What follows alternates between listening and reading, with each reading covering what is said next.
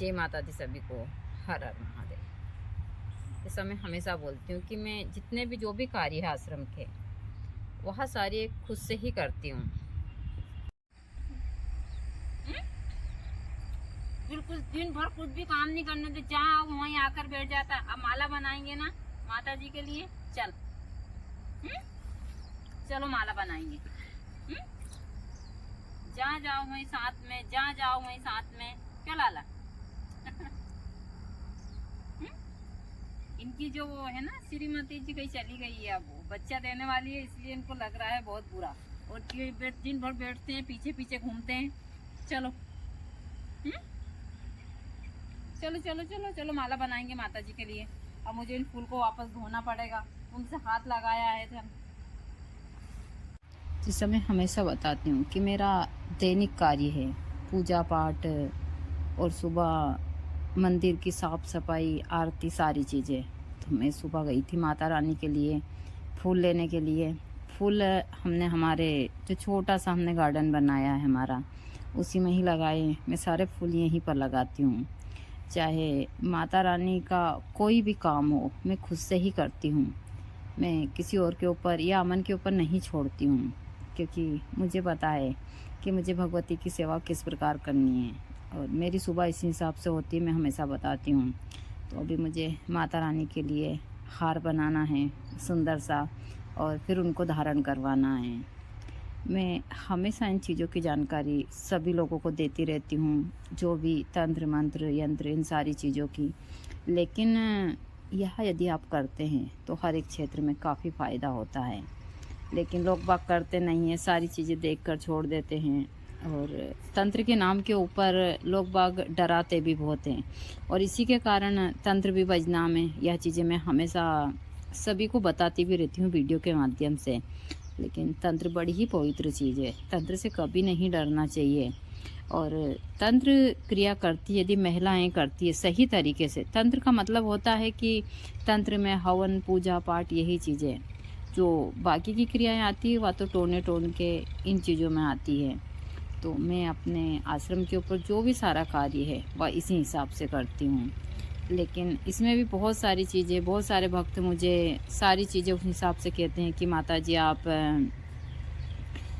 तंत्र क्रिया करती हैं, और तंत्र में आपने कभी भूत प्रेत यह सारी चीज़ें देखी है क्या? तो देखिए, तो एक इंसान के भाव के ऊपर प्रकट चीज़ें होती है। तंत्र में बहुत सारी ऐसी सभी को बताती हूँ कि मैं गृहस्थ की साधक हूँ, लेकिन इसी के साथ साथ मैं हमेशा सभी को चीज़ें बताती भी हूँ कि मैं गृहस्थ की साधक हूँ। तो मैंने बहुत कुछ देखा है। मैं गुरु जी के सानिध्य में 30 साल रही हूँ, यानी कि मेरे पति महाराज के। मैंने हमेशा सुना है कि इस दुनिया में पिता की जगह कोई नहीं ले सकता, लेकिन मैं यह चीज़ें कह सकती हूँ कि पति की जगह इस दुनिया में कोई नहीं ले सकता। यदि आपके पति अच्छे हो तो पत्नी के लिए उनसे बढ़कर दुनिया में कुछ भी नहीं होता है। यह चीज़ें मैंने देखी है। गुरु जी मेरे लिए सब कुछ थे, जैसा मैं हमेशा बताती हूँ। गुरु जी ने मुझे पिता माता सबसे बढ़कर प्यार दिया है। मुझे उन्होंने एक छोटी बच्ची की तरह रखा है। मेरी हर एक ज़रूरत का ख्याल रखा है। गुरु जी के जाने के बाद तो जैसे मैंने अपने आप को ही खो दिया है, या 100% सत्य है। गुरु जी के जाने के बाद आज मैं वहाँ हूँ। कोई मुझे कितनी भी आवाज़ लगाए, अब मैं पीछे मुड़कर नहीं देखती हूँ। सिर्फ मैं अमन बाबा की जिम्मेदारी है तो जिम्मेदारी पूरी कर रही हूँ, वरना मुझे किसी से कोई मतलब नहीं इस दुनिया में। बहुत सारे लोग हैं जो उस हिसाब से, मैं साधक हूँ, लेकिन साधक के साथ साथ मैं एक पत्नी हूँ, और मैं कुआ पत्नी हूँ जिसको इतना प्यार मिला है अपने पति से। मैं किसी के आगे यह चीज़ दिखाती नहीं हूँ, क्योंकि बहुत सारी चीज़ें दुनिया इतनी अच्छी नहीं है। तो मैं किसी को अपने दिल की सारी बातें भी नहीं, मैं किसी को नहीं बताती हूँ। और यह बातें मैं इसलिए कह रही हूँ कि सभी महिलाओं को अपने पति की बहुत इज्जत करनी चाहिए। और जो भी यदि हमारे जीवन में कभी ऐसी कुछ हो भी जाए, या एक पुरुष के लिए भी यह चीज़ें लागू होती है, ऐसा नहीं है कि महिलाओं के लिए होती है। उनकी पत्नी से बढ़कर कोई उनको प्यार दूसरी महिला नहीं कर सकती। यह चीज़ें उनको समझनी चाहिए। हम जिस व्यक्ति से प्यार करते हैं वह व्यक्ति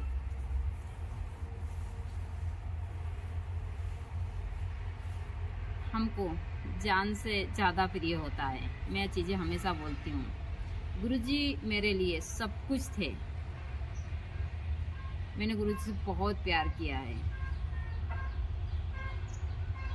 मैंने अपने आप से भी ज़्यादा गुरुजी से प्यार किया है, क्योंकि मैं बहुत कम उम्र में गुरुजी के पास आ गई थी, जब मुझे प्यार का मतलब ही नहीं समझ आता था। जब गुरुजी के पास आई थी और मैंने गुरुजी से बेइंतहा प्यार किया है। आज वह कमी मुझे इतनी खलकती है, तो मैं इसीलिए सभी महिलाओं से बोलती हूँ कि यदि आपको अच्छा प्यार करने वाला पति मिला है तो उन्हें संजो कर रखिए। मैं एक साधक हूँ, लेकिन साधक के साथ साथ मैं एक पत्नी हूँ, और मैं वह पत्नी हूँ जिसको बेइंतहा प्यार मिला है अपने पति से। लेकिन उसके बाद में वह जुदाई मिली है जो पूरे जीवन भर मुझे वापस नहीं मिल सकती। मैं कितनी भी साधना कर लूँ, तप कर लूँ, तपस्या कर लूँ, जब तक यह शरीर में नहीं छोड़ूंगी मैं गुरुजी से नहीं मिल सकती। हम हमारे मन को कितना भी मना लें, कुछ भी कर लें, लेकिन वह प्यार हमारी जिंदगी में वापस नहीं आ सकता। आज मैं तरसती हूँ गुरुजी के प्यार के लिए। एक बार आए और प्यारी सी झप्पी मुझे दे, मेरा माथा चूमे और कहे कि तुम टेंशन मत करो। गुरुजी के जाने के बाद में किसी तो मेरा ना तो कोई मित्र है, ना कोई ऐसी महिलाओं में भी कोई दोस्त है ऐसी, ना कोई किसी में मेरा कुछ नहीं है आज तक। गुरुजी के जाने के बाद में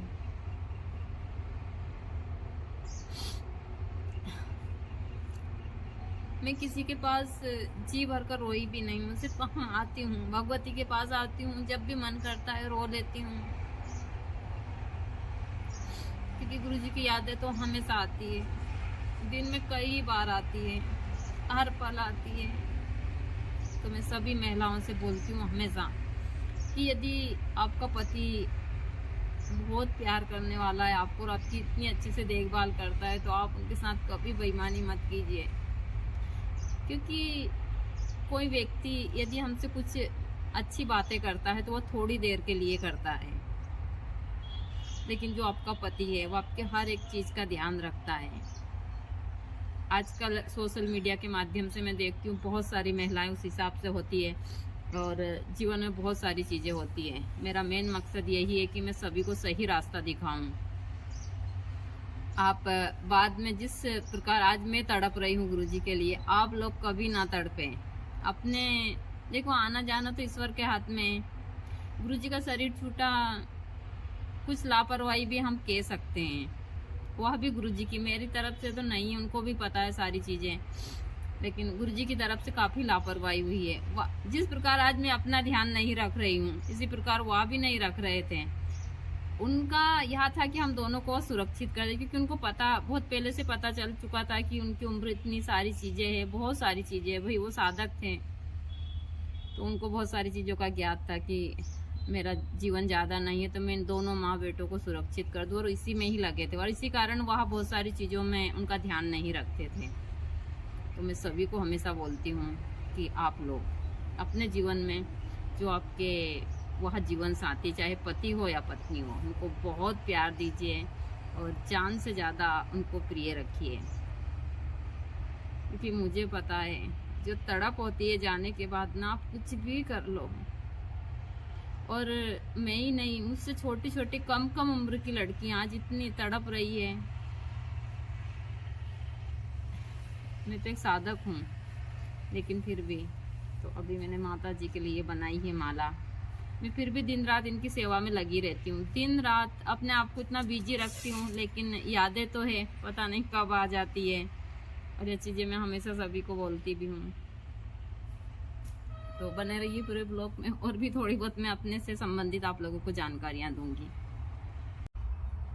अम्बे तुम हो जगदम्बे काली, जय दुर्गे खप्पर वाली, तेरे ही गुण गावे भारती।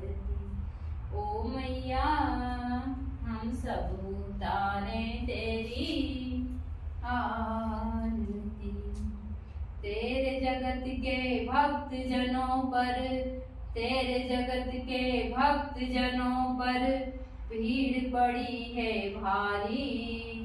दानव दल पर टूट पड़ो माँ, दानव दल पर टूट पड़ो माँ करके। अब हमारी जो सुबह की पूजा है वह गुरु जी के पास भी हो चुकी है, और मैं हमेशा बताती हूँ कि गुरु जी मेरे पति महाराज भी हैं। माता रानी के बाद में फिर गुरु जी के पास आकर हम पूजा पाठ आरती वगैरह सारी चीज़ें करते हैं। और यहाँ कंटिन्यू जब से हमने स्थापना की है तभी से यह कार्य चल रहा है। तो अभी गुरु जी के पास भी पूजा पाठ सारी चीज़ें संपन्न हो चुकी है और इसी हिसाब से सारी चीज़ें चलती हैं। अमन बाबा कुछ काम कर रहे हैं अभी, तो इसी हिसाब से मेरी सारी चीज़ें चलती रहती हैं। तो बने रहिए पूरे ब्लॉग में। आज मैं कुछ विशेष छोटी छोटी सी आप लोगों को जानकारियाँ दूंगी जो घर गृहस्थी से संबंधित चीज़ों की होती है।